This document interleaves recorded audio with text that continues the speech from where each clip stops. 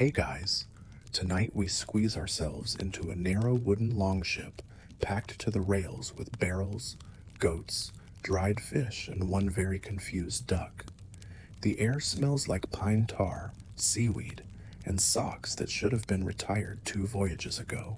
It's dark, it's damp, and your bed is just a pile of itchy wool with a wooden beam for a pillow. Welcome to the Viking Survival Kit. Forget suitcases, forget backpacks. Vikings didn't exactly travel light, but they did travel smart.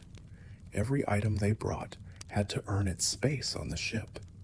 It needed to feed, clothe, protect, comfort, or distract.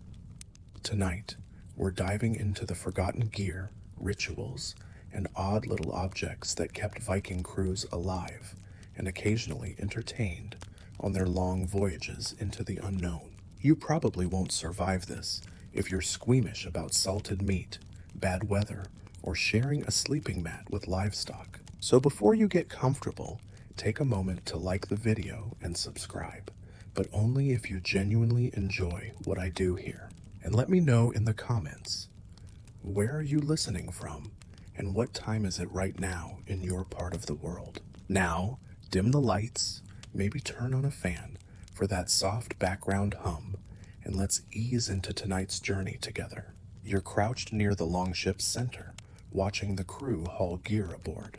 There's no checklist, just muscle memory and shouted reminders. Did you pack the iron pot? Where's the third water barrel? Someone tie down the goat, please. You help pass sacks from shore to deck, coarse cloth bundles filled with oats, salted lamb, onions that could legally be classified as weapons, and the occasional mystery bundle labeled only with a chalk rune that probably means don't open near a fire. What they carry depends on the voyage. Are you raiding, trading, or settling? Are you heading to Ireland, Iceland, or just up the coast for an awkward cousin's wedding? Either way, the essentials stay the same: tools, food, clothing, and the kind of charm that only a carved wooden fish can provide. Some of it's practical, like the heavy iron cauldron used for boiling stews, brewing tea, or scalding away splinters. Some of it's surprisingly sentimental, like the boy who sneaks a woven bracelet into his satchel, gifted by someone who may or may not have kissed him behind the mead barrels last week. You notice how careful everyone is when placing their own gear. No one tosses it. Everything has a place. A man gently tucks a wrapped bundle beneath his seat. What's in it, you ask? He shrugs. Home. He doesn't elaborate. You don't press. There are shields, of course, painted, worn, full of personality. One has a crude drawing of what might be a cat, or a really judgmental goat. Someone's clearly an artist. You begin to notice the items that don't scream survival, but tell you just as much. A tiny wooden flute, barely longer than a finger, a pouch of seeds, a tin comb with teeth like angry icicles, a bone needle wrapped in dyed wool. These aren't luxuries. They're anchors to a world that's about to get very, very unstable. Historians still argue whether these personal kits were standardized or entirely improvised. Some think captains issued basic supplies. Others believe most Vikings packed their own gear according to need, tradition, or superstition. But one thing is clear: what you brought could mean the difference between surviving a storm or singing to forget one. You settle down near a barrel marked with a single X. Rumor has it that it's full of pickled fish, or nails, or possibly pickled fish with nails. Either way, you give it a respectful distance. The longship groans as it rocks gently in the water, nearly ready to launch. The final items are being packed now: extra rope, a bundle of firewood, a goose someone swears is lucky, and a jug labeled for Thor or anyone else who's thirsty. Because in the Viking world, survival isn't just about strength. It's about knowing what to bring and what to leave behind. The ship creaks as it pushes off from shore, slicing into the cold water like a long wooden serpent with shields for scales. You're wedged between a barrel of dried onions and a pair of boots that haven't seen fresh grass in months. Ahead lies open sea. Behind you, home grows smaller with every pull of the oars. And somewhere, tucked deep into the hull, wrapped in oiled cloth, laid carefully beside extra tunics and flint, is a sword. Probably more than one. But here's the thing about Viking weapons. They weren't just for stabbing. They were multi-tools. Welcome to the survival logic behind weapons for war and fish. You reach beneath a bench and pull out a short-handled axe, its edge gleaming despite the damp. This isn't the big showy axe you'd wave around during raids. This is the utility model. You could fell a tree with it, sure, but you could also chop firewood, open barrels, butcher game, or, in a pinch, use the flat side to smash something into soup. The sword, meanwhile, was a bit more sacred. Carried with pride, passed down through families, often named, because nothing says prepared traveler like sleeping beside something called widowmaker.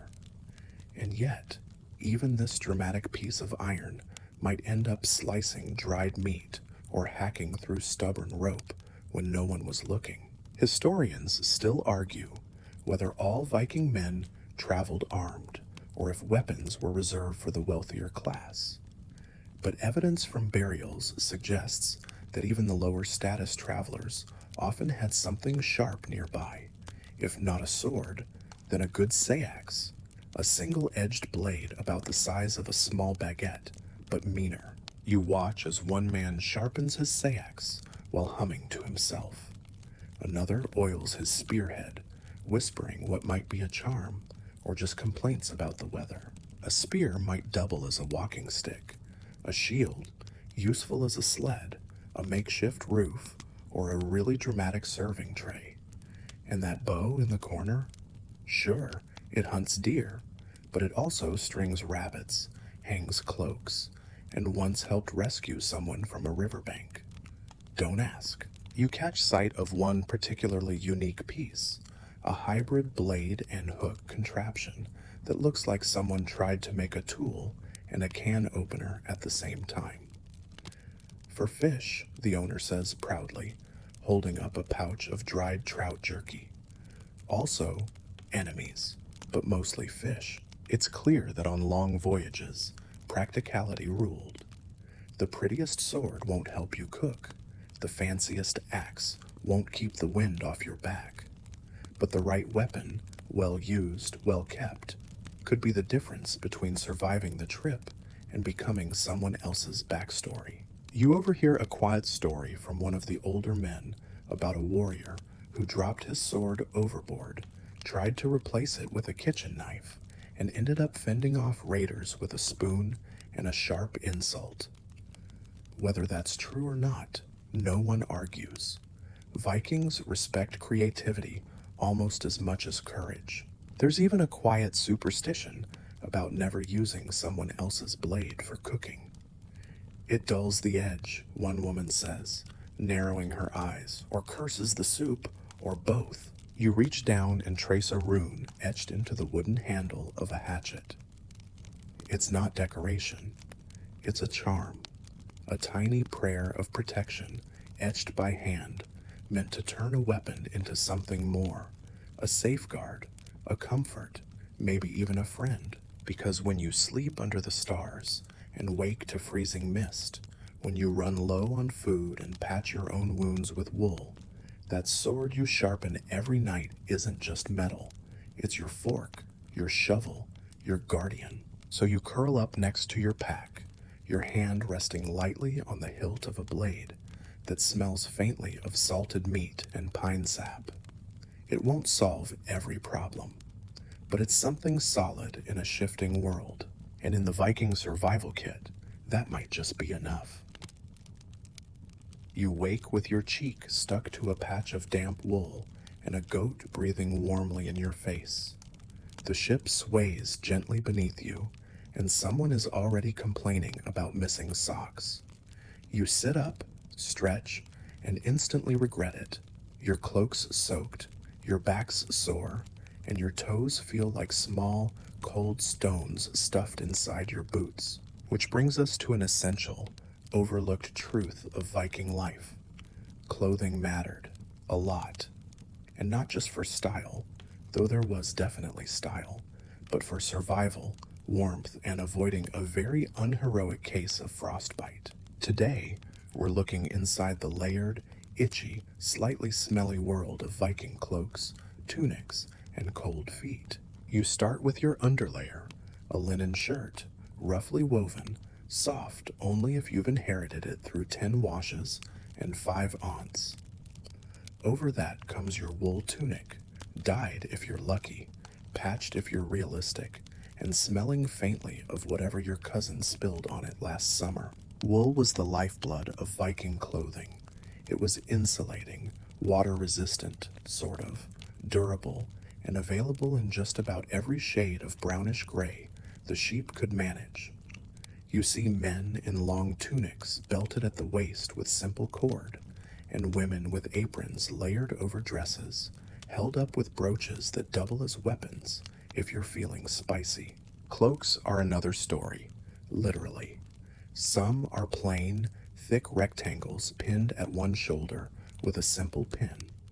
Others, decorated, trimmed with fur, dyed with madder root or walnut husks, and edged in tablet-woven braid so fine it could double as currency in certain ports. One man has a bear pelt collar that makes him look 10% more heroic and 80% more likely to attract fleas. But no piece of clothing gets as much whispered reverence on this voyage as socks. Or rather, foot wraps, because actual socks were a luxury. You watch a sailor carefully unroll a pair of thick wool wrappings and loop them around his feet with the precision of a surgeon. Then come the leather shoes, soft-soled, laced up the sides, and waterproof only in the sense that they try. Historians still argue how Vikings managed to keep their feet warm at sea. Some theories suggest layers of moss or felted wool inside shoes. Others believe they stuffed their footwear with hay or fur. And then there's the man beside you right now, who claims to line his boots with dry fish skin. Slick, he says with a wink, but cozy. Your gloves are mismatched, one fingerless, the other missing entirely. Your hat, a vaguely cone-shaped affair that looks like it used to be part of a sheep. And yet, you're warmer than expected. The layering works. It has to. Wet and cold means sick, and sick means not invited on the next voyage.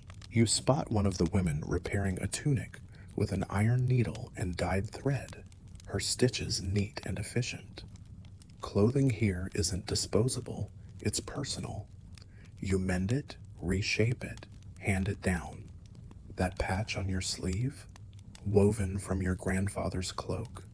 That decorative braid, gifted by someone who didn't want you to freeze or forget them. Then there's the jewelry, not flashy, but functional. Brooches, pins, and buckles hold clothing together and serve as emergency fasteners, trade items, or impromptu weapons. One boy wears a brooch shaped like a bird, keeps bad dreams away, he says, and holds my cloak shut. And when the weather turns, which it always does, you wrap yourself tight in every layer you own and huddle near the center of the ship, surrounded by humans, goats, and the collective body heat of a dozen people who really wish someone had invented thermal leggings. Because in the Viking survival kit, your clothes aren't just fashion, they're armor, they're shelter, they're stitched with memory and mud, and maybe, just maybe, a little love. The wind is biting now, sharp and salty, slicing straight through the gaps in your cloak like it knows exactly where your softest parts are hiding. You curl your feet tighter beneath your fur and try not to think about how damp your left sock feels, or whether it's even a sock anymore, or just a wet, folded piece of wool lying to you.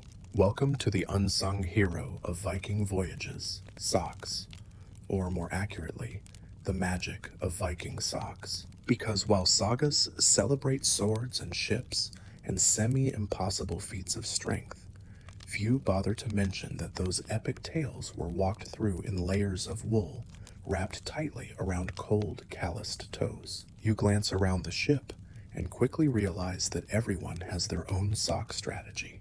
One man uses overlapping felt wraps, 2 layers on the toes, 1 across the heel, then tucked into his shoes with a sheep's determination. Another favors scrap linen folded just so, like the world's itchiest origami. And then there's the woman stitching together what appears to be a sock made of 2 different sleeves and a rabbit pelt. It's experimental, she shrugs, but warmer than your rotten fish rags. Fair enough. Actual knit socks were rare during this period, at least in Scandinavia.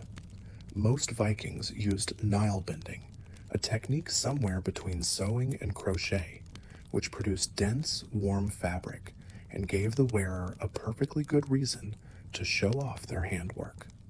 Historians still argue whether Nile-bound socks were common at sea or saved for colder settlements, but at least one burial included a woolen sock, still shaped like a human foot and stuffed with grass. For science, you spot one particularly superstitious sailor pulling on mismatched foot wraps embroidered with tiny runes. Luck runes, he explains, wiggling his toes, keeps frostbite and sea serpents away. The man next to him scoffs, then adjusts the red thread tied around his ankle, just in case. There's a quiet ritual to it. Sock prep, I mean. It's one of the few peaceful moments aboard. You see pairs helping each other shake out the wool, dry damp ones over the fire pit, argue about who stole whose dry wrap, and replaced it with something that smells suspiciously like goat. And when someone pulls out a tiny pouch holding 3 perfectly wrapped sets of socks, still dry somehow, everyone stops. This person becomes, briefly, a god among mortals. People offer extra stew, a better seat, and a carved spoon in exchange for a fresh wrap. Sock bartering is no joke. You peek into one crew member's pack and find a spare set sealed in oiled cloth, nestled beside fire starter, dried fruit, and a tiny carved comb. That sock set isn't just fabric, it's hope. But socks weren't the only foot-related solutions. Some sailors went barefoot to keep their wraps dry, especially while bailing water. Others wrapped their feet in fur and tucked them into small wooden clogs when on land. Better grip, less sogginess. One man claims he once lined his boots with moss. Felt like walking on a bog, but warmer. You laugh, then immediately stop when your toes cramp. Viking feet took abuse. Cold, wet, cramped in boats or mashed into frozen dirt. So keeping them warm wasn't luxury, it was survival. The wrong sock could cost you more than comfort. It could mean frostbite, or infection, or being the person everyone had to carry home from the fjord. So tonight, when the ship settles under a quiet stretch of sky and the sea hushes to a sloshy lullaby, you pull off your soggy wraps, wring them out, and slip on your driest pair. One's got a hole in the heel, the other has a mysterious patch of dog hair sewn in, but they're warm, and in this world, on this sea, with this crew, warm is all you need. A sharp gust rolls in off the water, and the man beside you groans, clutching his stomach. It's the onions, he mumbles, eyes wide. Or the fish, or the onions on the fish. You nod sympathetically, then edge away, just in case. It's mealtime on the open sea, and tonight's menu is a tribute to creativity, endurance, and the limits of fermentation. Welcome to food that refused to rot. You're handed a piece of hard, dark bread.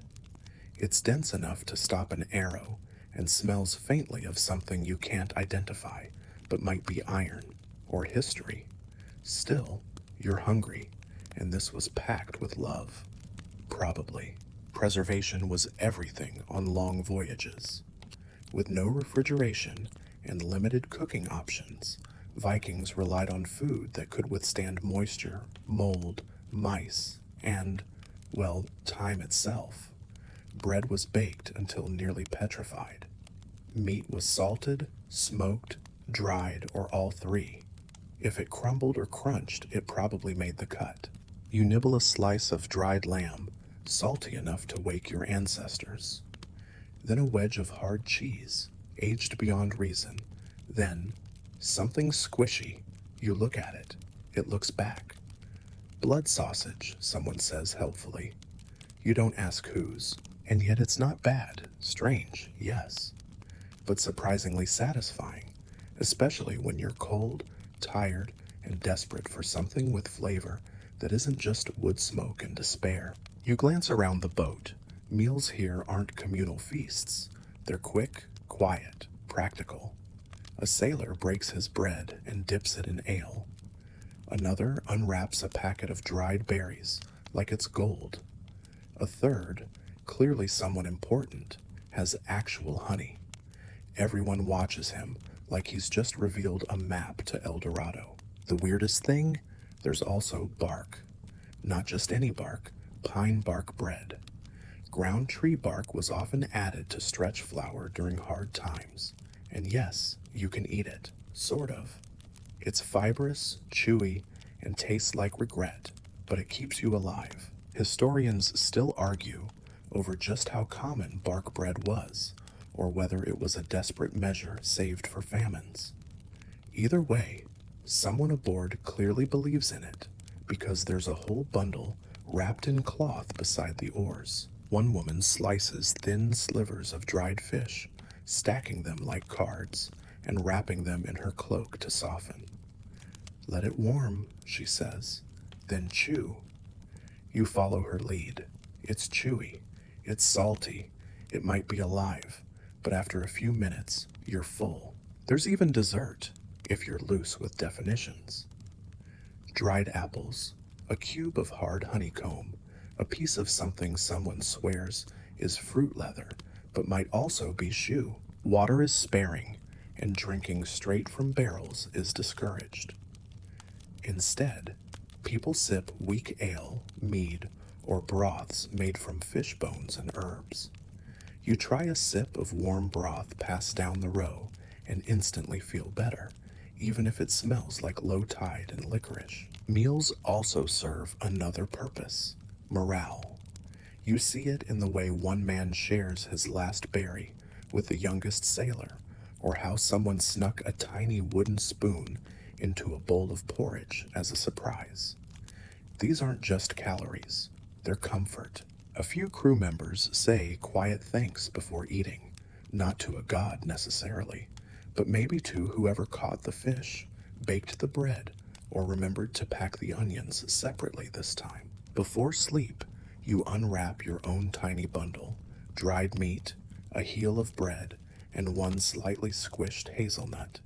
You nibble slowly, savoring each bite like it's the finest banquet in all of Asgard. Because in the Viking survival kit, food isn't just fuel, it's memory, it's kindness, it's something that lasts, even when everything else around you spoils. The sun breaks through the clouds for the first time in days, scattering silver across the waves. It feels like a gift from Thor himself, until someone knocks over a barrel, trying to dance about it.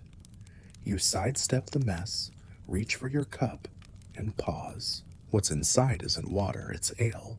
Again, which begs the question, how did Vikings stay hydrated on long voyages without plumbing, clean rivers, or sparkling cucumber-infused mineral water? Welcome to the liquid portion of our survival kit: water, ale, and the mead problem. You dip your fingers into a half-filled mug. It's cool, a little cloudy, and smells faintly of bread. That's small beer, a low-alcohol ale brewed specifically to be safe to drink without turning the crew into a ship full of off-key poets. It's grainy, malty, and about as intoxicating as fermented oatmeal, but it won't make you sick. Which is saying something, considering what else people drank back then. Clean water wasn't always available, especially mid-sea. Stored water tended to go stagnant fast.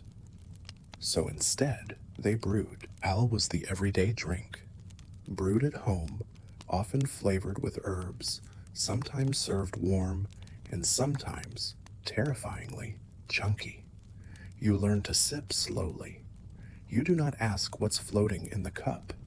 That's a rule. Historians still argue whether everyone on Viking voyages drank weak ale all the time, or if water was boiled or filtered in specific ways.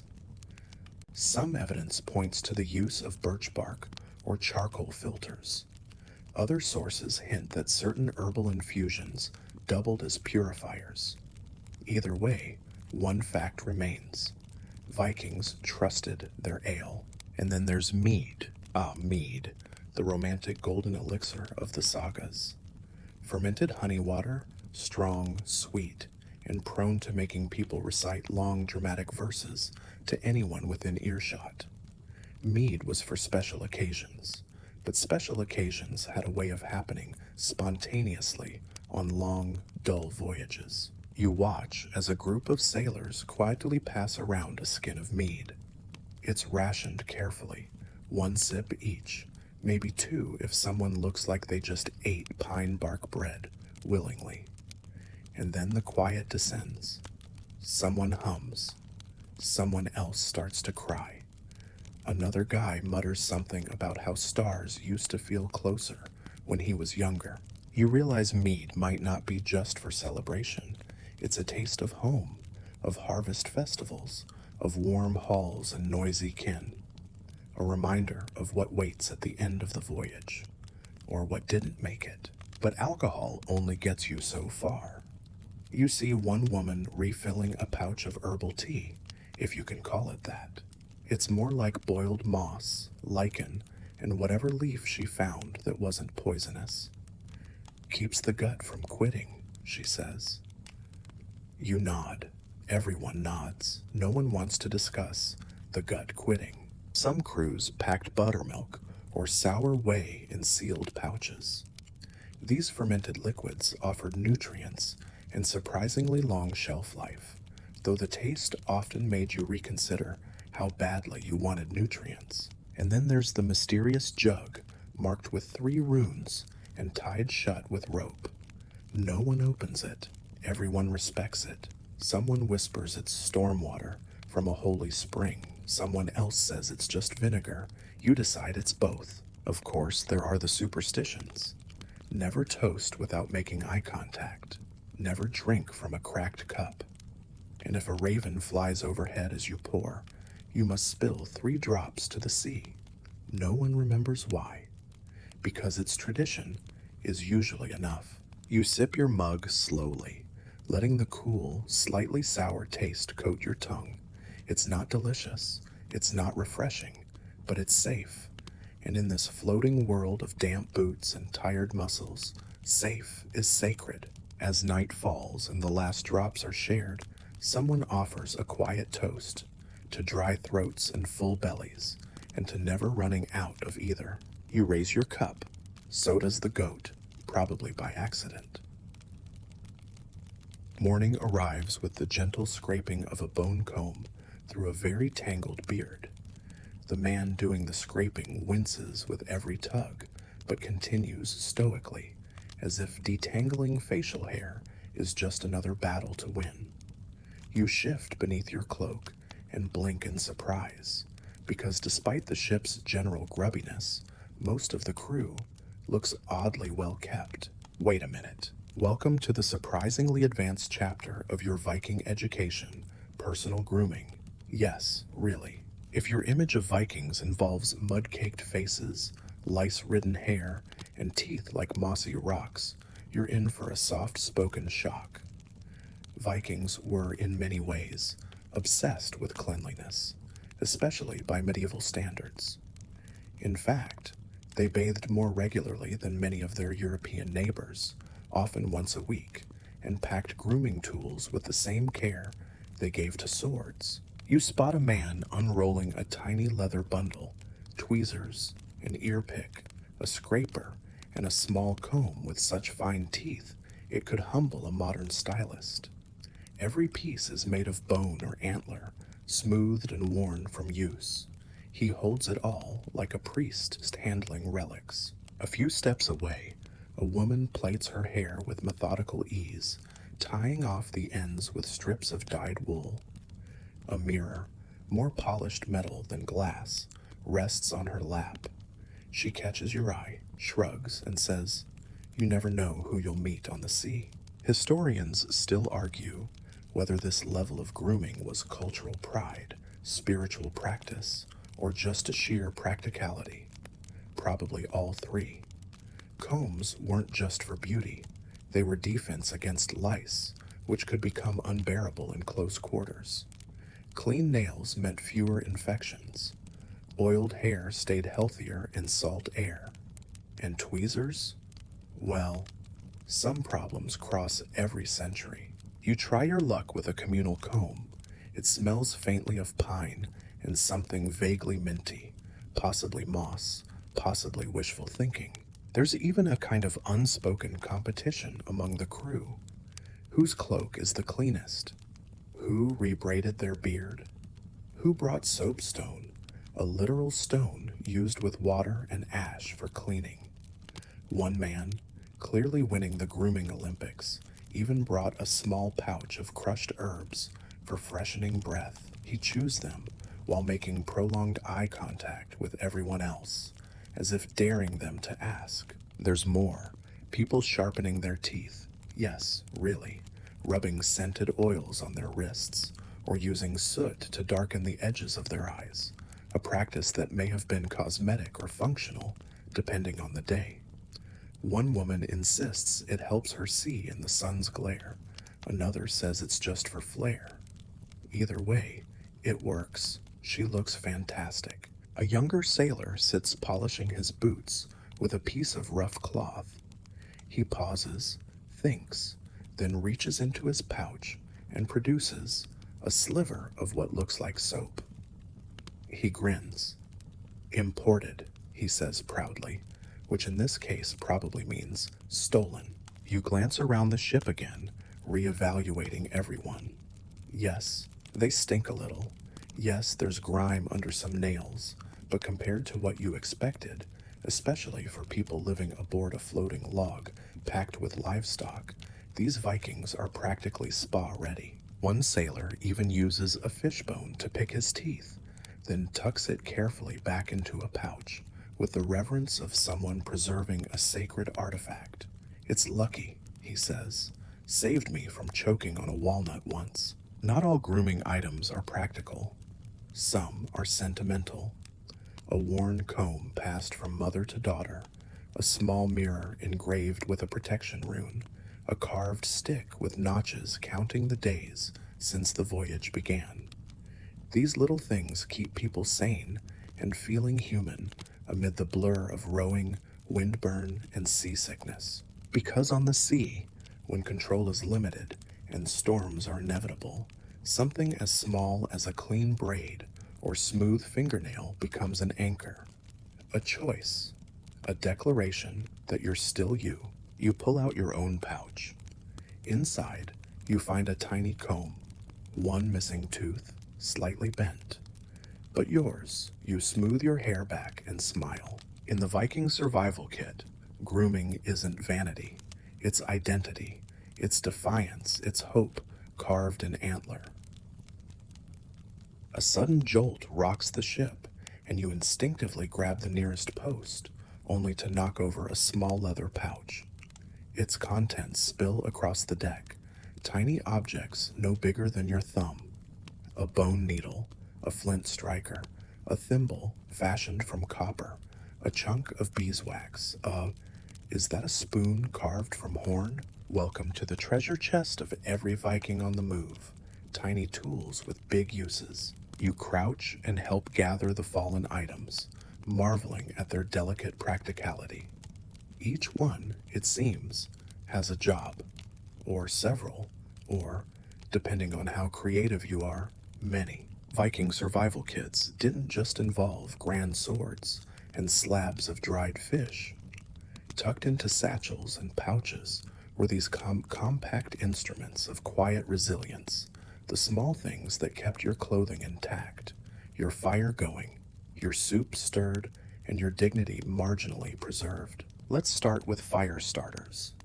You find a little bundle wrapped in linen, a piece of iron, a flint shard, and a wad of what looks like scorched moss. It's called tinder fungus, a favorite among travelers for its ability to catch even the weakest spark. Vikings weren't lighting fires with magic. They were carrying a chemistry set wrapped in string and usually stuffed down next to their socks. Nearby, someone is threading a bone needle with wool, calmly darning a cloak that's torn at the elbow. Her sewing kit contains needles, sinew, coarse thread, and a tiny blade so sharp it practically sighs when it cuts. "Wind caught me last night," she says with a shrug. "Stole half my sleeve." Historians still argue whether sewing kits were standard issue or personal heirlooms. Some were simple, others intricate, stored in little carved boxes or slung from belts for easy access. Evidence from burials suggests both men and women carried them. Vikings didn't rely on tailors. They were the tailors. And then there's the spoon. Not just for porridge, though crucial there, obviously, but for measuring, mixing, and, in one sailor's case, whittling into a chess piece. You spot him working now, carving a tiny warrior from horn as the wind whips through his beard. "Keeps the mind sharp," he mutters, eyes focused. His previous spoons now serve as gods, animals, and at least one attempted boat model. You also notice pins and brooches serving double duty. A sturdy cloak pin could be a leather punch, a hair prong, or even a tent stake in a pinch. That sharpened awl, sewing tool by day, emergency dental pick by, well, let's hope not. There are bits of wax for waterproofing thread, slivers of soapstone for marking fabric, and a mysterious tiny hammer that nobody claims, but everyone seems to use. It's about the size of your palm, with a perfectly balanced head. Someone says it's for breaking nutshells. Another claims it's for tiny nails. The truth? Probably both. You're handed a small leather pouch filled with dried plant matter. "Herbs," someone says. "Smell them when you're queasy, or stuff them in your boot if it leaks." Multi-use, always. One of the most intriguing finds is a tiny hand mirror, the polished metal dulled by salt air but still usable. It's not for vanity alone. It's for signaling in fog, for checking wounds, for watching behind you without turning around. Handy on land, crucial at sea. Then come the bone dice. Technically toys, but also spacers, weights, worry stones. You see a sailor palming one now, rolling it between his fingers while whispering to himself, "For luck," he says, "and because I miss my brothers." Everything in this kit has a function, but also a story. A thread passed down from mother to daughter, a flint carried by 5 generations, a spoon whittled during a storm. These tools aren't just items, they're continuity, memory, little lifelines stashed between ship planks and cloak folds. And when something breaks, and it always does, it's these tiny tools that make the difference between fixing it and freezing. So you tuck the spoon back into the pouch, hand the needle case to its owner, and glance at your own pack. Maybe it's time to carve a spoon of your own. A sudden gust blows across the deck, and for a moment the sea air feels heavier, charged almost. The woman next to you fingers something beneath her tunic, and you catch a flash of polished amber on a string. She closes her eyes and murmurs something into the wind. A prayer? A wish? A warning? Welcome to the mysterious side pocket of every Viking's kit.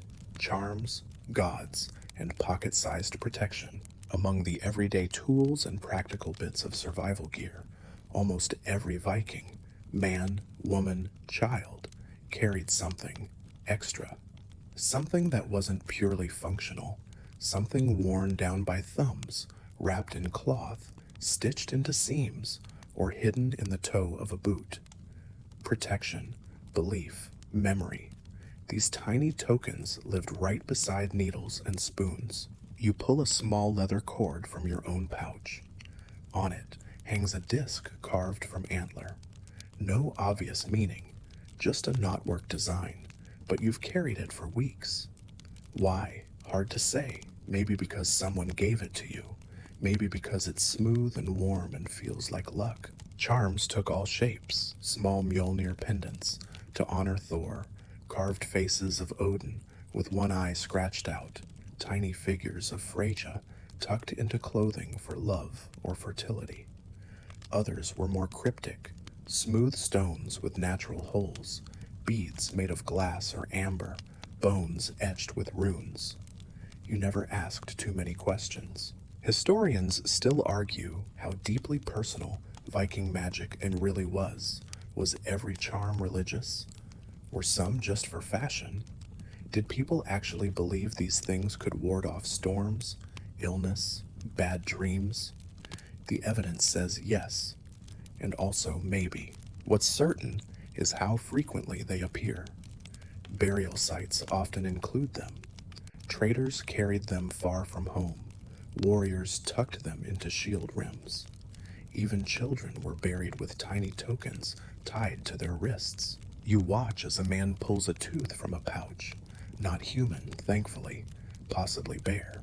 It's been polished smooth, strung on a thread, and wrapped in a bit of red wool. Keeps my aim true, he says. Then he misses the bucket he's aiming for and blames the wind. Another sailor ties a small leather sachet to the mast. It jingles faintly. Inside, dried herbs, feathers, a tiny carved fish. So the sea spirits stay friendly, she explains, or at least distracted. You remember someone once telling you that no Viking left home without protection from 3 sources: steel, kin, and something unseen. And in a world where fog swallows ships and stars shift without warning, maybe a carved pebble isn't such a silly thing to cling to.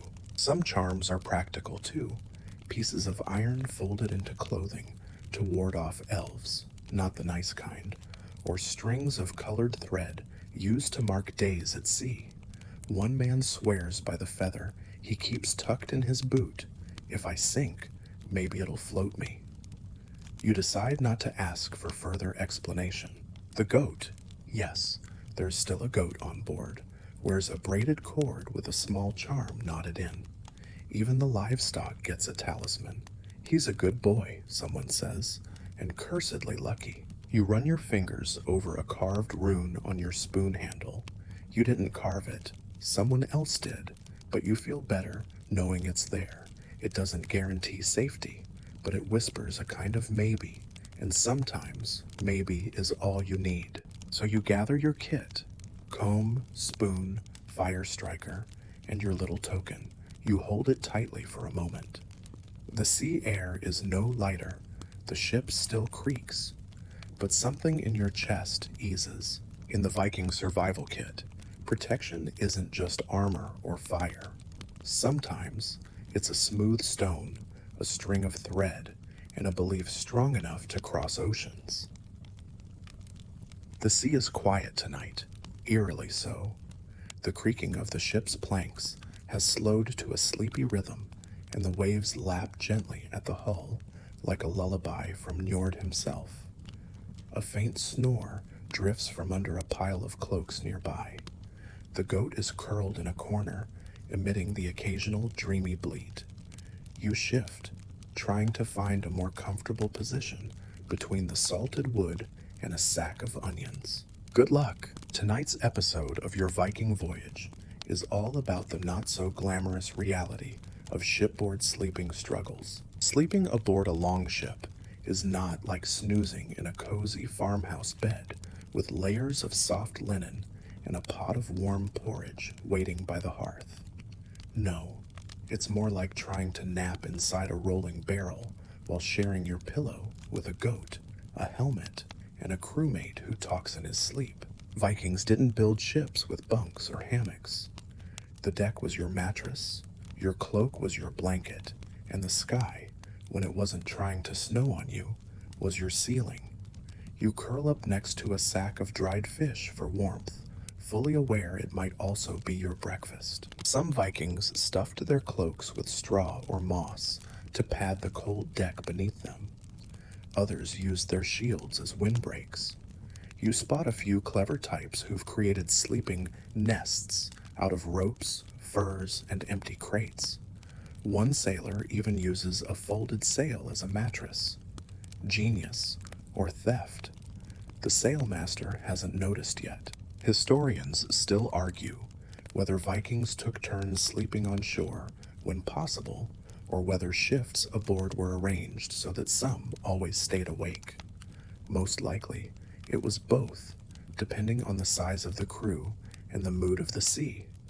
On long trips with no land in sight, you slept when you could, even if it meant dozing while sitting upright, your chin resting on your knees. You try lying flat, but the sway of the ship throws off your balance, and the wood under you seems to find new ways to be uncomfortable with every minute. It's like it knows exactly where your spine bends. Then there's the noise. You'd think a sleeping ship would be peaceful, but no, someone is snoring. Someone else is whimpering through a bad dream, probably the one who ate bark bread. The man beside you insists on telling a story in his sleep, complete with dialogue. And every now and then, the goat sighs, loudly. You wrap your cloak tighter. It's not just about warmth, it's about privacy, security, a sense of enclosure in a world that rocks and shifts beneath you constantly.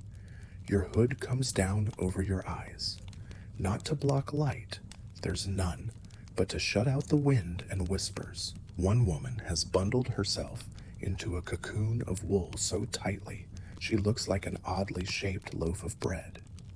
Another man sleeps with one eye half open, gripping his knife. It's habit, he mumbles when you ask, from the raiding days. You decide not to question further. Still, there's something comforting in the shared misery. Everyone's dealing with the same cold, the same aches, the same impossibly lumpy boards. Someone passes around a cup of warm broth, barely more than water, but it helps. Another pulls out a small charm and hums softly. Others join in, a slow, low melody that hums along with the creak of the hull. Eventually, your eyes grow heavy. The wind settles. The ship rocks in just the right way, not too sharp, not too lulling. You feel the wood beneath you, the cloak around you, the muffled presence of the crew breathing in sync. In the Viking survival kit, sleep isn't just about rest. It's about adaptation, trust, and the incredible human ability to dream, even while wedged between a bucket and a bundle of onions. Dawn creeps in slow and gray, a thin smear of silver just barely separating the sea from the sky. You squint toward the horizon, nothing but water. No land, no birds, not even a suspicious cloud that might hint at a coastline. And yet, the man at the stern seems entirely unbothered. He chews on a strip of dried fish, nods at the sky, and grunts something about heading a little more north-northwest. No compass, no map, no visible clues. Welcome to the most baffling part of the Viking survival kit, mapless navigation tricks. If you're imagining a detailed scroll with little sea dragons marking danger zones, forget it. The Vikings didn't use nautical maps the way we think of them. Instead, They relied on a set of tools, instincts, and cosmic confidence that somehow kept them on course, from Iceland to Greenland to the edge of North America. First, there's the sun. Obvious, right? But not always visible. That's where the sunstone comes in, a translucent crystal, possibly Icelandic spar, that polarizes sunlight and helps determine its direction even on overcast days. You try squinting through one now, watching the light shift and shimmer. It's like magic, or really, really clever science. Historians still argue whether this was widely used or just a rare navigational aid mentioned in sagas, but the idea of holding the sun in your hand is undeniably poetic. Then there are the birds. You notice the crew watching the sky intently every morning and evening. Gulls and other seabirds don't stray too far from land, so their direction of flight is a useful clue. One sailor even releases a raven, yes, a real one, from a carved wooden cage. It flaps away, then circles back. The crew nods. "No land yet," someone says. As if that wasn't obvious. You lean over the side of the ship, watching the wave patterns. Another sailor crouches beside you and runs a finger along the rail. "See the chop? Wind shifted. Big current underneath." His fingers smell like salt, rope, and onions, but he's clearly right. The ship creaks in a slightly new direction now. Smell plays a role too. You think you're imagining things, but some of the crew swear they can smell land long before they see it. Peat, pine, seaweed, the faint tang of a distant shore. Even sound matters. The splash of waves changes near land. So does the cry of birds, the hush of wind, even the tension in the air. You start to notice it. Subtle shifts that once seemed random now feel like clues. You're not navigating, you're listening. There's also oral tradition. The helmsman hums a song under his breath, low and rhythmic. It's not just entertainment, it's direction. The verses list landmarks, sailing times, and seasonal changes. Viking sailors memorized these saga-like wayfinding songs, using them the way modern drivers use GPS. 2 days west of the Whalestones, turn north until the sky splits, one line goes. You don't ask what sky splits means. You'll know when you see it, apparently. One man shows you his direction board, a small wooden disc with notches, runes, and faint scratch marks. Possibly for tracking travel, possibly for fidgeting, possibly both. Historians still argue whether these were actually used at sea or just ritual items. Even the sea itself becomes a kind of roadmap. Its color, taste, and texture change depending on depth, salinity, and nearby land. One older sailor actually tastes the water and announces, "Too salty, we're still far." That should be alarming. Somehow, it isn't. There are rituals, too. Offerings to Njord, god of the sea, whispered phrases at sunrise, runes traced in the air before adjusting course, a carved whalebone passed around before entering unknown waters. No one explains what it means. You just do it, and somehow it works. The ship glides onward, purposefully, not straight maybe, but forward, like the crew is following a map written on the inside of their ribs. You settle back against a coil of rope, watching the helmsman lean on his tiller with the easy grace of someone who's done this 1,000 times. There's no urgency, no anxiety, just patience, experience, and a lot of squinting at clouds. In the Viking survival kit, there's no need for a paper map. Just eyes that read the sky, ears that understand waves, and a soul stubborn enough to believe the horizon is always a little farther west.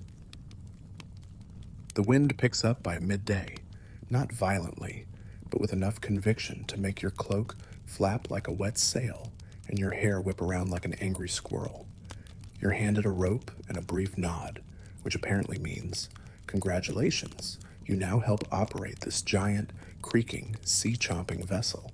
And so begins your awkward introduction to the real star of the Viking survival kit, the ship itself. Not just any ship, a longship. Sleek, narrow, dragon-headed if you're lucky, and faster than you'd ever expect for something made mostly of wood, iron nails, and the occasional shouted prayer. You glance around, finally realizing how little you understand about what's actually keeping you afloat. Let's start with the planks. Viking ships were built using the clinker technique, overlapping boards riveted together, creating a hull that flexes and moves with the water. This flexibility is part of what lets the longship slice through waves like a hot knife through week old goat butter. The wood? Oak, mostly. Durable, strong, and with just enough natural give. Trees weren't just chopped down and shaped randomly. Each piece was chosen carefully, often based on the grain, the bend, and even the direction the tree had grown. It's carpentry, sure, but it's also art. You run your hand along the hull and feel the faint rise and fall of every plank.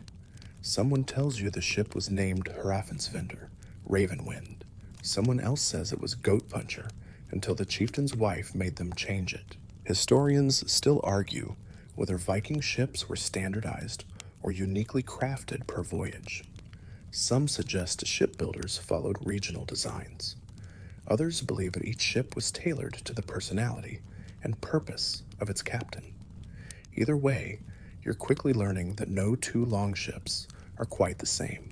Now for the sail, a giant rectangle of wool dyed with earth tones or stripes, designed not just to catch wind, but to intimidate. It's patched in places, smelling faintly of lanolin and salt. You help hoist it, hands burning on the rope, and watch as it snaps to life above you like some ancient god's curtain being yanked open. When the wind catches right, the longship flies. You feel it in your chest. The prow lifts. The planks hum. The water hisses beneath. For a moment, you are no longer a person on a boat. You are part of something mythic, built by hand and dared across oceans. Still, it takes work to keep the thing running. You're shown the steering oar, massive, carved with protective runes, and manned by someone who apparently never sleeps. You watch him lean into it, correcting course with the smallest shift. She talks, he says, patting the hull. You just have to listen. Every crew member knows their station. You learn the difference between reefing and furling the sail. You learn how to bail water using a horn scoop. You even try rowing, but quickly discover it's not just brute strength. It's timing, rhythm, and the art of not hitting the person in front of you with the oar. Then come the shipboard quirks, a shield rack along the side. Yes, real shields, decoration and defense. A carved dragon head lashed at the bow to ward off sea spirits or scare rival fishermen, and a bundle of emergency repair tools tied near the mast. That bundle, by the way, is a kit unto itself. Spare rivets, a curved hammer, blocks of pitch, and a roll of waxed wool for plugging leaks. Because at some point, every Viking ship sprang a leak.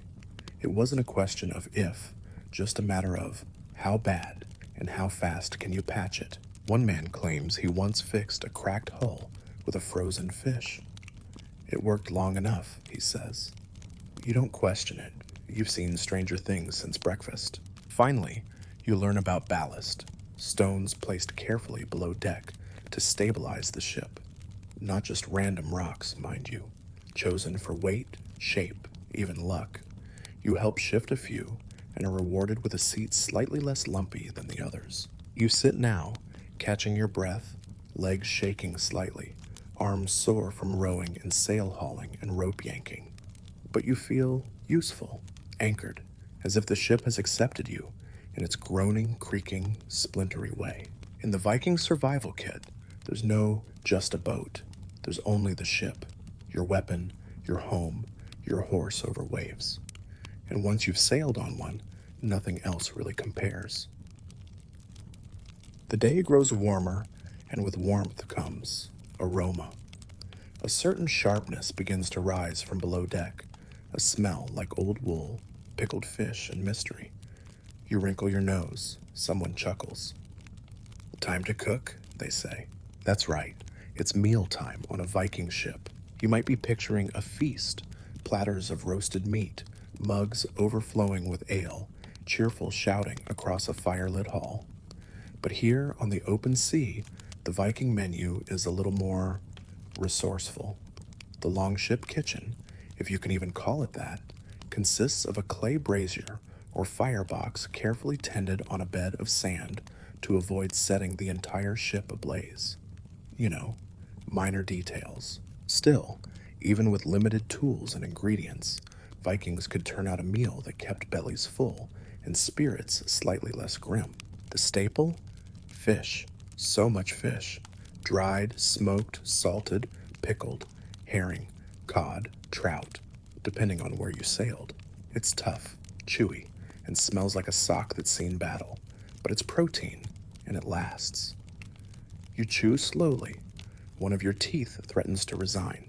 Then there's hardtack, a dense, dry biscuit made from barley flour, salt, and what you're pretty sure is equal parts stone and sadness.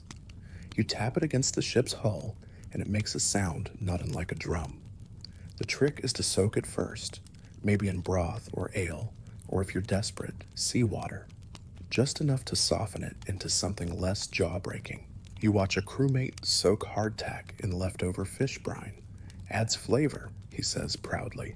You politely pretend not to gag. Historians still argue whether Vikings ate primarily cold meals on long voyages or went to great lengths to cook warm stews at sea. There's evidence of both. Some crews brought sealed clay pots of pre-cooked food. Others rigged clever suspended cook fires for calm days. You spot one such contraption now, a tiny tripod with a soot-blackened pot swaying gently above embers. In it, a stew of onions, dried peas, and possibly turnip. Possibly not.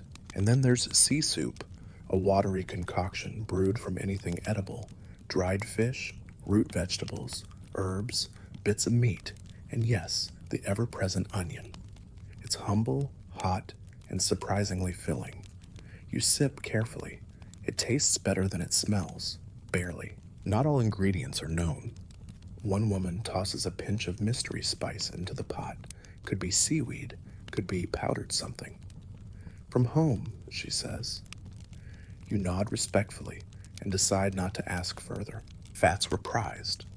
Butter, lard, and rendered fat were stored in sealed pouches and rationed carefully.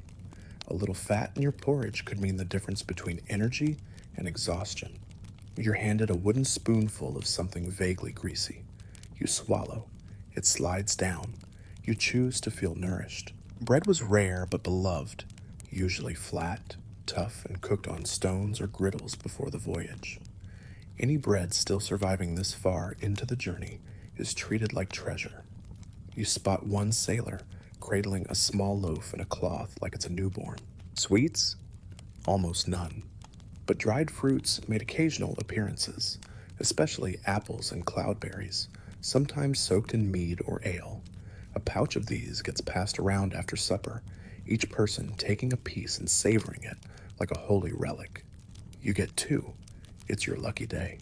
You notice a small circle forming after the meal, people sitting close, passing a skin of ale, trading bites of smoked something or other. This is more than eating. It's bonding. Sharing food on a ship is survival and ritual. One man starts singing, a slow, droning tune about roasted boar and golden halls. Another offers a boiled egg in exchange for a story. A third attempts to roast a sausage over a candle and is promptly scolded by the cook. As you tuck your wooden bowl back into your kit, you notice something odd. Despite the limited ingredients, despite the smell, despite the hardtack-to-gum ratio, you feel full, nourished, almost content. In the Viking survival kit, meals weren't about flavor or presentation. They were about fuel, familiarity, and that oddly comforting taste of, it could be worse, and honestly, you'll never complain about oatmeal again. After lunch, if we're calling boiled turnip chunks and fish brine porridge lunch, you lean back against the side of the ship and watch as several crew members begin an activity you weren't expecting: play. Yes, Vikings had free time, even at sea, and their survival kit wasn't all tools, weapons, and mysterious pickled objects. It also included a few simple pleasures that made life bearable, even fun. The first thing you notice is the sound, clatter and laughter, punctuated by the occasional dramatic groan. A group has gathered around a small wooden board with tiny carved pieces. It's a game called Hnefatafel. Think chess, but with more yelling. One player controls a king trying to escape. The other controls attackers trying to trap him. The rules are as strategic as they are personal. Everyone seems to have their own version. Arguments are frequent. So are smug grins. A child, no older than 10, hands you a pair of bone dice. They're pitted and yellowed, but they roll smooth. One sailor explains they're used for gambling, wagers placed not in coin, but in favors, stories, chores. I lose, I scrub the deck, he says. You lose, you give up your blanket tonight. You opt not to play. Historians still argue whether games like Hnefatafel were mainly for warriors or if they were common across Viking society. What's clear is that these games were more than idle fun. They were training, distraction, and social glue. Evidence of board games has been found in high-status graves, suggesting they were a prized possession. Nearby, someone begins plucking at a lyre, 5 strings stretched across a carved wooden body, surprisingly tuneful for something exposed to salt and wind. The music is soft, mournful, hypnotic. A woman hums along. Others join in, singing low in their throats like they're echoing through the fjords of home. You close your eyes and listen. It's haunting, beautiful, and just a little out of tune. There are other pastimes, too. One man is whittling, carving a small figure out of driftwood. For my daughter, he mutters, smoothing the tiny arms. Another woman embroiders a patch into her cloak, her needle moving with the ease of habit. It's not practical, it's decorative, and yet it feels like armor. Even storytelling is a game here. A group sits in a loose circle, trading tales, each person adding a twist. A sea serpent becomes a ghost becomes a chicken. The chicken demands a gold ring. You laugh until your stomach hurts. Someone nearby works on runes, scratching them into a piece of bone, muttering as he does. Whether it's a poem, a message, or a spell, you're not sure. Maybe all 3. He tucks the bone into his pouch like it holds a secret. A surprising number of jokes involve goats, flatulence, or overly boastful raiders getting stuck in doorways. Apparently, Viking humor is eternal. Even the goat gets involved, chasing a feather someone tied to a stick. He nearly topples a barrel and is subsequently declared the winner of today's Longship Games. These moments of play aren't just silly, they're crucial. In between rowing, bailing, freezing, and not dying, laughter reminds everyone they're still human, that they have homes, that they have each other. And for those moments, the endless sea doesn't seem so endless. In the Viking survival kit, play is a balm, a strategy, a ritual, a way to say, we're still here, even when the wind howls and the sky turns gray. You glance down at the bone dice in your palm, just 2 little cubes of carved horn, but somehow they feel like hope. By late afternoon, a chill creeps in again, curling around your ankles and needling its way up your sleeves. You watch as crewmates begin adjusting their clothing, not just bundling up, but layering in very specific ways. And you realize the Viking survival kit wasn't complete without a carefully chosen wardrobe. At first glance, Viking clothing looks deceptively simple: wool, linen, maybe a few flashy brooches if you're feeling fancy. But out here on a longship, far from any dry hearth or cozy weaving hall, clothing becomes gear. Tactical armor against cold, wet, wind, and discomfort. You start with your own outfit. You've got an under tunic, soft linen, maybe a little scratchy now from sea salt, and an over tunic made from coarse wool. The wool repels light rain, holds warmth, and once it absorbs enough seawater, starts smelling a bit like goat, which is awkward given there is an actual goat on board. Around your waist, a sturdy leather belt holds a knife, pouch, and a bit of spare thread. You've wrapped leg bindings, called vindinger, tightly from ankle to knee. These keep the wind out, protect your calves from rope burn, and if tied improperly, turn you into a walking trip hazard, which you discover twice. Historians still argue whether certain garments, like hoods or capes, were standard on voyages or reserved for the wealthy. But everyone agrees wool was the MVP of Viking fabrics. It was warm even when wet, surprisingly breathable, and often woven tightly enough to block light rain or snow. Your cloak, fastened at one shoulder with a simple bronze brooch, doubles as a blanket, a makeshift sail patch, and a privacy curtain for delicate moments near the stern. One sailor folds hers into a sort of hooded cocoon during cold watches. Another tucks a charm inside the hem, keeps the wind from stealing my breath, she explains. Footwear? Fur-lined leather boots, softened with grease, occasionally stuffed with straw or moss for insulation.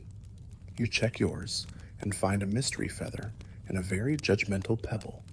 The boots are soaked through, of course, but somehow still warmer than bare feet. The men and women aboard don't dress dramatically differently. Both wear tunics, cloaks, belts, boots. Some wear trousers or dresses, depending on the weather, task, or personal preference. One woman wears her brother's old trousers. He drowned in them, she says plainly. They fit. You spot mittens made from wool scraps. Some sailors wear fingerless versions to tie knots or row. Others have small pouches tied to their belts with spare cloth to wrap around their hands when needed. Head coverings vary. One sailor sports a fur-lined cap that makes him look like an irritated badger. Another wears a simple linen coif under her hood. You tie a scrap of wool around your ears and immediately feel 38% smarter. And then there are the brooches, not just decorative. These little pieces of metal engineering hold everything in place. Cloaks, tunics, even belts. You quickly learn to appreciate them, especially when the wind tries to undress you mid-row. You notice some items dyed in earthy reds, blues, or greens, natural pigments from plants or minerals. The colors are faded, patchy, and clearly not just for style. Helps the spirits see us, one man mutters. You're not sure if that's a good thing. Someone beside you is mending a rip in their tunic, restitching a seam with practiced ease. Clothing isn't disposable out here. It's repaired, reinforced, and sometimes repurposed into other gear. A worn-out cloak becomes padding. A torn sleeve becomes a neck wrap. A frayed belt becomes goat-proof fencing, unsuccessfully. Even jewelry serves a function. You see small amulets carved into buttons, beads with runes etched on the underside, and braids and hair tied with knotted cords meant to signal rank or clan. One of the crew removes her outer cloak and lays it flat to dry, only to reveal an inner lining of stitched wool patches shaped like animals. My daughter made it, she says, brushing her hand over a crooked bear. It's warm, heavier, and probably woven with love. In the Viking survival kit, clothing isn't vanity. It's engineering, memory, and shield. Each layer tells a story of home, of survival, of one more day kept warm when the wind bites and the sea rises. And as you tighten your belt and tuck in the loose edge of your sleeve, you realize you're finally dressed like someone who just might survive this voyage. As dusk begins its slow descent, the golden light slanting across the deck turns everything to shadow and glow. You feel it in your bones, the shift from activity to watchfulness, from movement to preparation. The day's tasks are done mostly, and now the crew turns their thoughts toward nightfall. But unlike life ashore, Viking nights at sea don't mean rest for everyone. It's time for keeping watch and warding off trouble. There's no formal clock on board, of course, just instinct and routine. Someone nods, points at the horizon, and that's the signal. The night watch is on. Two sailors begin their slow patrol, pacing the length of the deck, eyes scanning the darkening waves. If you're lucky, your watch shift will be short, uneventful, and not spent soaked to your knees. If you're very lucky, the weather will stay calm, and the goat won't try to sit on your foot again. But what exactly are you watching for? Mostly, weather. A sudden change in wind, a shift in wave pattern, clouds where there were none. Storms don't knock politely.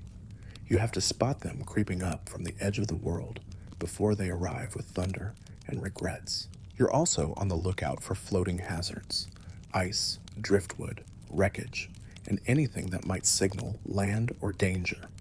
Even a few seabirds in the distance can mean a nearby coast or a sharp rock ledge. Historians still argue whether Viking watches were strictly rotational or based on experience and seniority. Some suggest the most seasoned seafarers stayed up longer. Others believe that everyone took turns equally, no matter rank. You suspect it was a mix. The old man next to you hasn't blinked in an hour, while the teenager 2 paces down keeps dozing off against a coil of rope. Then there are the superstitions. Oh, so many. Before night watch begins, some sailors spit vapor over the side of the ship. Others rub the prow with a specific stone. One woman whispers to her brooch, then tucks it into her boot. To keep the spirits distracted, she says. And yes, the sea spirits. At night, people tend to talk about them more. Loud noises are avoided. Jokes are softer. Even the goat seems quieter. A carved figurehead at the prow, a dragon with wide eyes and bared teeth, now feels less like decoration and more like a guardian keeping the dark at bay. You clutch your own token, a carved antler disc, and keep your gaze on the horizon. The stars begin to appear, one by one. No maps, no GPS, but the Vikings navigated by these tiny specks of light, reading the constellations like ancient road signs. One sailor points to a formation overhead. That's the wagon. Follow that, and you find north. He grins. Unless you're drunk, then you find goats. You're not entirely sure what that means. You nod anyway. You listen. The wind whispers through the sail. The sea murmurs. A faint creak from the hull, the sound of a snore, the rustle of a wool cloak being adjusted. You realize the ship isn't just a vessel, it's a living, breathing creature. And at night, it sighs. Some crew members sleep in shifts. Others lie awake, humming to themselves or staring into the sky. One man carves notches into his belt, one for every night passed without incident. He's nearly out of space. You notice how the crew seems to rely less on spoken orders and more on rhythm. A glance, a nod, a shared pattern of movement. You adjust your stance, leaning into the wind, and feel yourself sinking into that unspoken rhythm too. In the Viking survival kit, watchfulness wasn't just vigilance. It was ritual, connection, a silent understanding that the sea is always watching back, and that staying awake a little longer might keep you and everyone else from drifting too far into the dark. And even as the cold bites and the sky deepens, there's comfort in knowing someone else is still awake, still watching, still holding the line between you and the night. The night deepens, and with it comes a strange quiet. Not silence exactly, but a hush. The kind of stillness that makes even the creak of rope feel loud. And then, drifting from the rear of the ship, comes something softer than breath. A story. You turn your head, ears perking. Around a shield propped like a windbreak, a few sailors have gathered. One holds a bit of carved bone, tracing its runes as he speaks. The fire in his voice is low, measured, like he's reading from the ocean itself. Tonight we enter the oral tradition, a survival kit of its own, packed not in bags, but in memory. You scoot closer, drawn like everyone else to that warm voice. It's not just a story, it's a performance. Words are carefully chosen, cadence deliberate, pauses placed just so. It's not just about what's said, but how. The tale is about a sea giant who fell in love with a woman made of ice and mist. He built her a palace of coral. When she melted, he kept the puddle in his hand until it became a fjord. It's sad, strange, and somehow perfect. Storytelling, you realize, is the Viking version of Netflix. Entertainment, yes, but also instruction, therapy, legacy. Children learn values this way. Warriors remember ancestors. Even sailors learn weather patterns through myth, and all without ink. Historians still argue whether certain sagas were strictly memorized or reshaped with each telling. What's clear is that these stories evolved like living things, told by skalds, passed from mother to child, shouted across stormy decks, or whispered beside hearths. Tonight there's no grand performance, no harp, no hall, just a storyteller and an audience of damp cloaks and weary eyes. You hear others chime in now and then, adding lines, correcting details, even challenging the plot. That wasn't the Ice Maiden, it was the Salt Hag, one mutters. No, someone else replies. The Salt Hag came after the Bone Horse. You don't know who's right, neither do they. That's half the fun.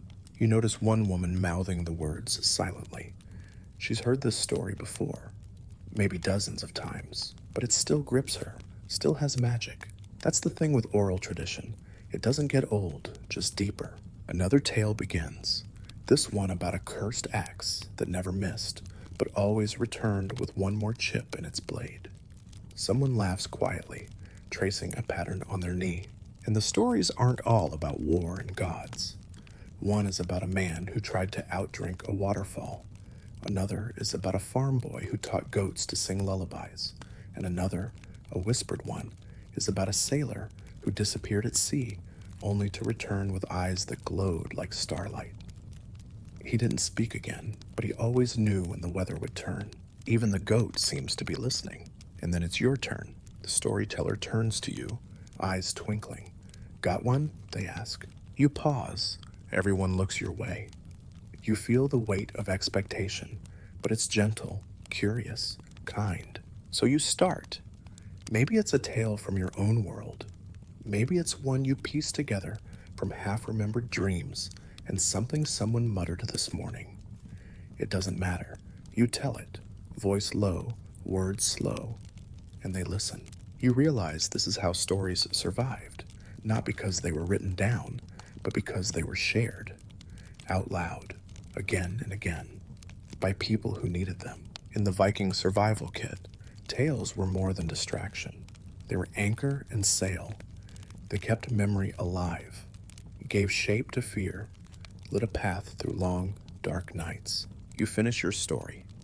There's a pause, then someone nods, someone else pats your shoulder, and without another word, a new tale begins. Just like that. A faint glow is rising in the east, just the thinnest promise of morning, but the crew isn't stirring yet. Most are dozing in huddled knots, wrapped in cloaks or pressed against barrels. You lie still, barely blinking, your limbs heavy and your breath calm. And then it hits you. You haven't bathed in, well, no one's really counting, but the goat is starting to smell better than the humans. Which brings us to a deeply underrated part of the Viking survival kit, hygiene and grooming at sea. You might imagine Vikings as grimy, crusty, matted-haired warriors with beards full of yesterday's mead, but the truth is surprisingly fresh. Cleanliness wasn't just a luxury in Viking culture, it was a virtue, and even at sea, with salt on every surface and time only marked by sunrise and supper, Vikings found ways to stay cleanish. You're handed a small horn comb, carved delicately, worn smooth. One man uses his to untangle his beard. Another combs her hair methodically, then wipes the comb on a cloth tucked into her belt. Lice were real, and these combs were a vital tool, not just for vanity, but for survival. No one wants an infestation on a boat this small. Nearby, Someone pours water from a skin onto their hands, rubs vigorously, then dries with a patch of linen. No soap, but ash and sand do the trick in a pinch. A little scrubbing, a little rinsing, and voila, cleanish hands.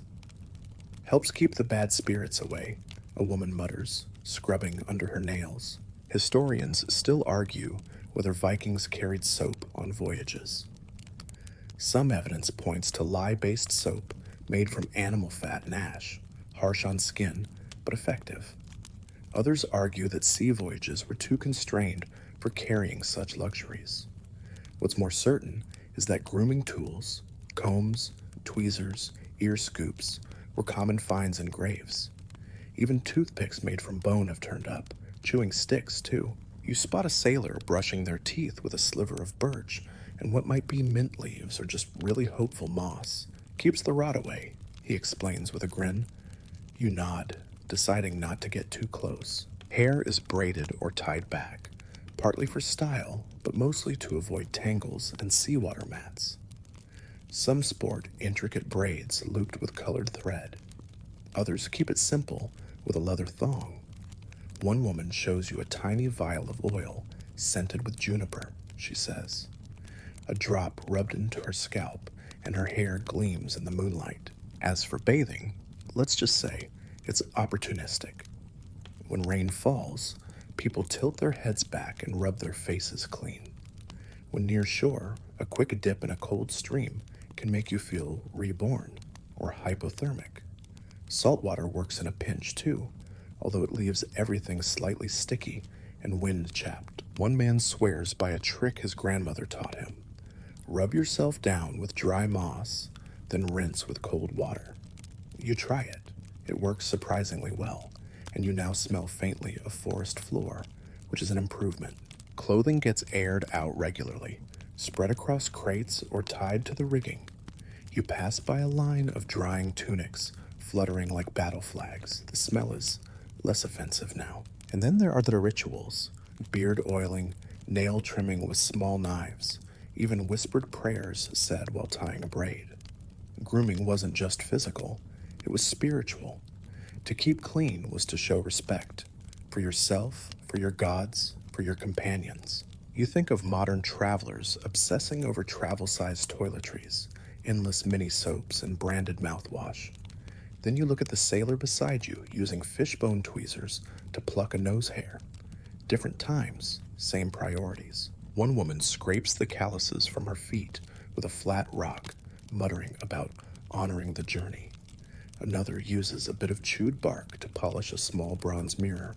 She checks her reflection briefly, nods once, and wraps it back up. In the Viking survival kit, hygiene wasn't an afterthought. It was a mark of identity, a way to resist the sea's attempts to strip away your humanity. And as you wipe your hands on your cloak and try brushing your teeth with a pine twig, you realize you feel better.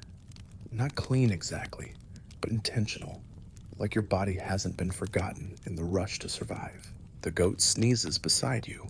Okay, almost better. The sun finally peeks over the jagged horizon, spilling gold across the rippling sea.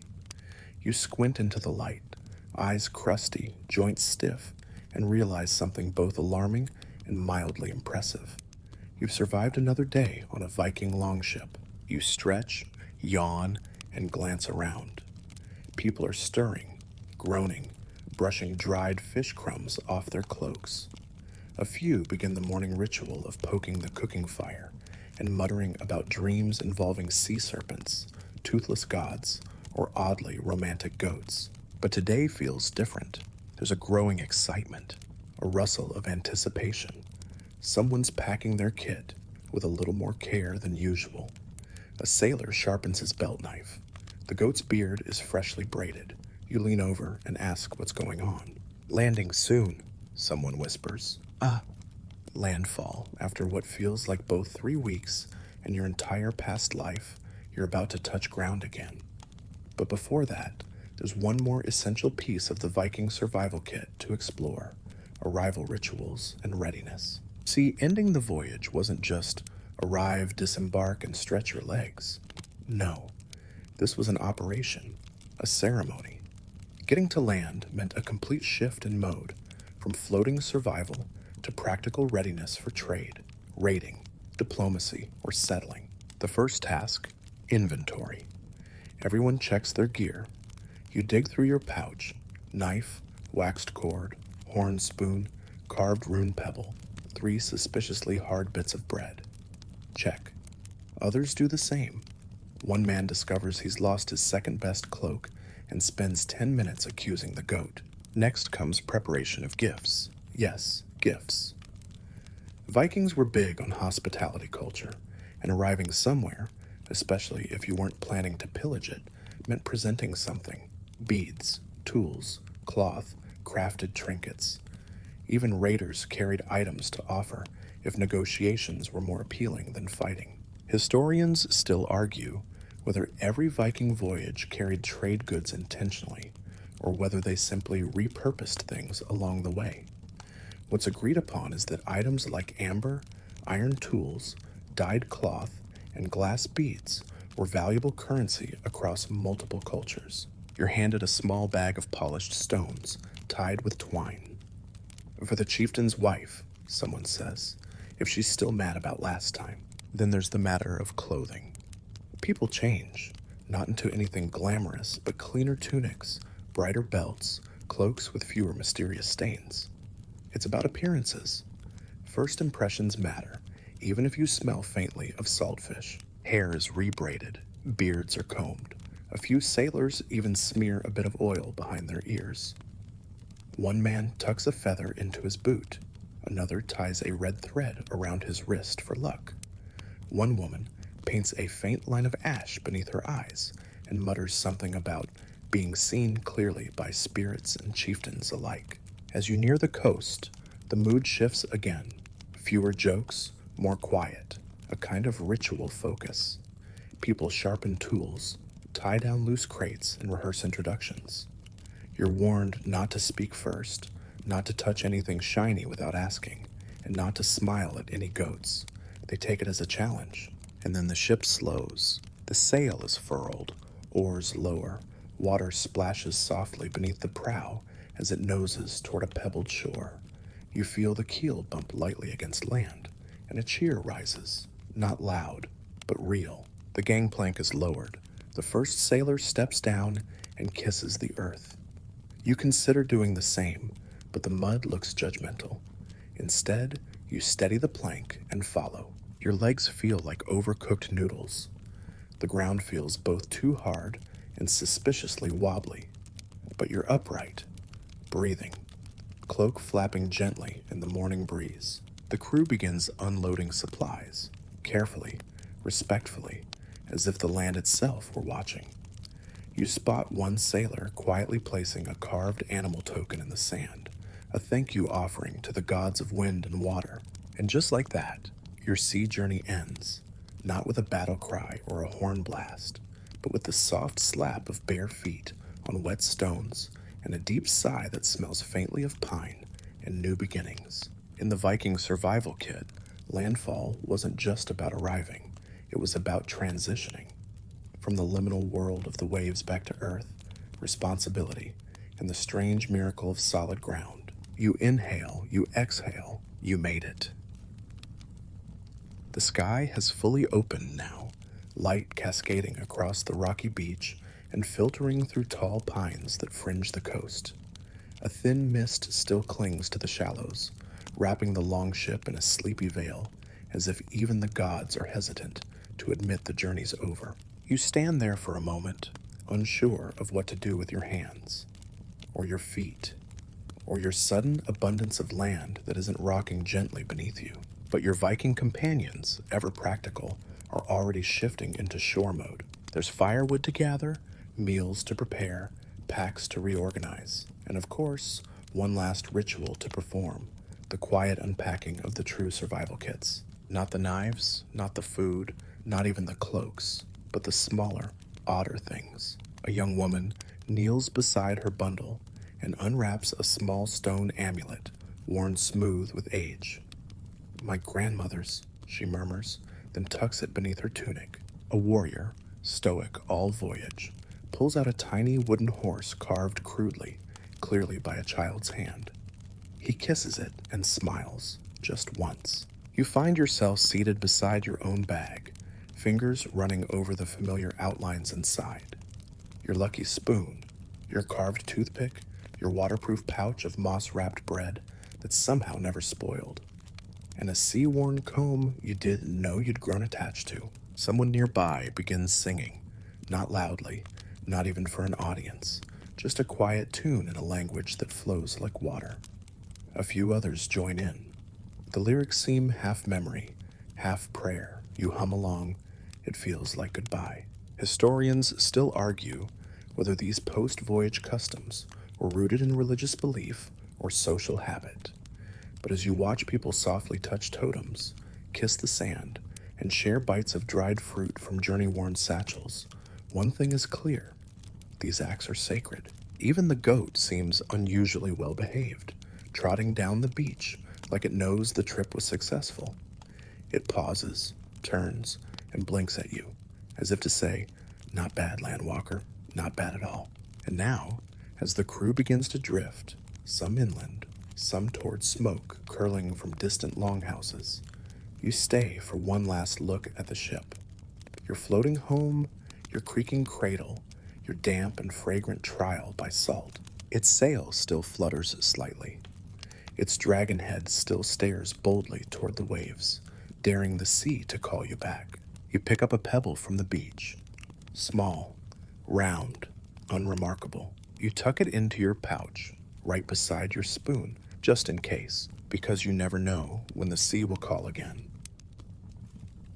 And now, with the shore beneath your feet and the sky soft above, it's time to rest. You ease onto the cool sand, your cloak tucked around you, the last warmth of sunlight lingering along your sleeves.